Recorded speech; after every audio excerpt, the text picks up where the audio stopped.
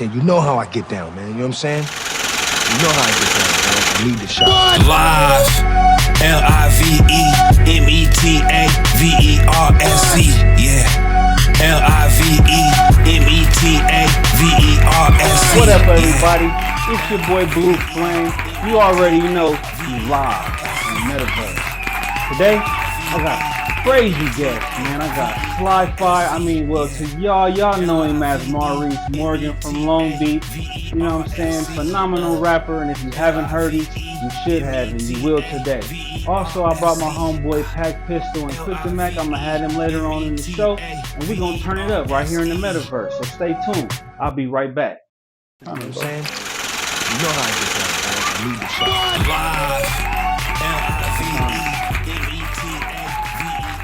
And we're back with my next guest. I know him as Sly-Fi. The world know him as Maurice Morgan. Long Beach legend, come from a group of just hard MCs, man. I'm talking about from Long Beach in an era where you had to be dope. And I'm talking about this is pre-Snoop Dogg.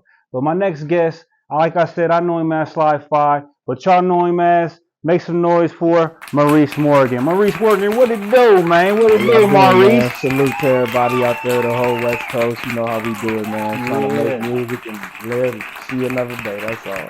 Man, listen, the other day I was thinking to myself, I've been knowing you for so long, right? You've been a part of Long Beach culture, Long Beach hip hop for sure. You know what I mean? You done made waves for so many years. It's just crazy. I thought a great topic today would be something like Welcome to Death Row.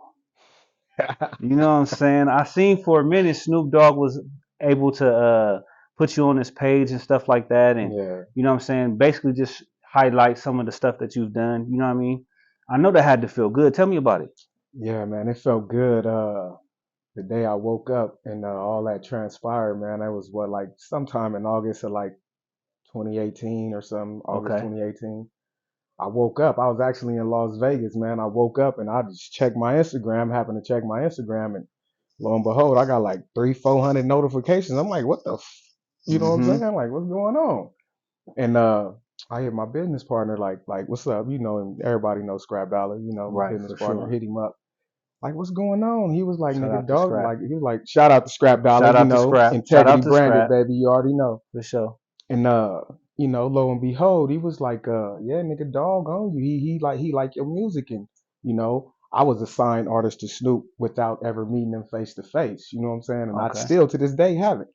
And, you know, when I got the notification and it was set in stone, and after I called Scrap, he was like, go on your Instagram and check it. And I checked it, and it was Snoop posting all my stuff, and that's why everybody was coming to me. I went from like 200-300 followers to like 3,000 followers, and it was just a blessed thing, man. That feeling don't come often, you know. So because I took hold of it. Normally, when you got idols in the music business, they come from a city that usually you're not from. Yeah, you know what I'm saying. For most people around the world, they're trying to get to like a LA, Atlanta now.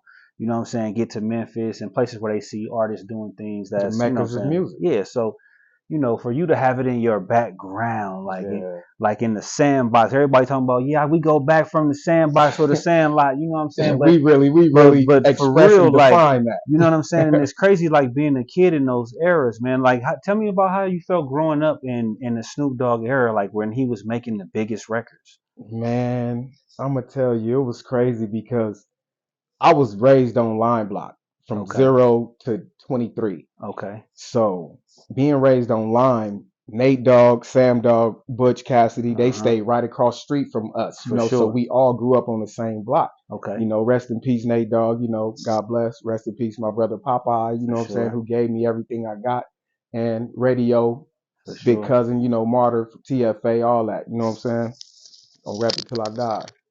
But growing up in that era, man, it's like we was in a bubble region. It's like we was protected without even having to be protected because, you know, growing up in the city of Crips, you know what I'm saying? Long Beach is nothing but war and gangbanging and crooked cops all around us. You know what I'm saying? So on Line Block, you know what I'm saying? Like we wasn't banging or nothing like that, but we wasn't no bitch ass niggas. You know what I'm saying? Excuse the French or whatever. Yeah. But, you know, we had to do the same things that niggas was out there banging did. You know what I'm saying? And so, being that said, it was fun growing up with the music, but we still had the harshness, the harsh reality. Right. You know, but the music and when we was doing it, it made it feel more authentic and genuine because it's coming from a place of experience. I had to experience this stuff to talk about it, you know, going to being in prison 2 years and, you know what I'm saying, being shot twice, you know what I'm saying? Like, it's stuff that normal people don't really go through. So, you know, it kind of put a strength into my music. So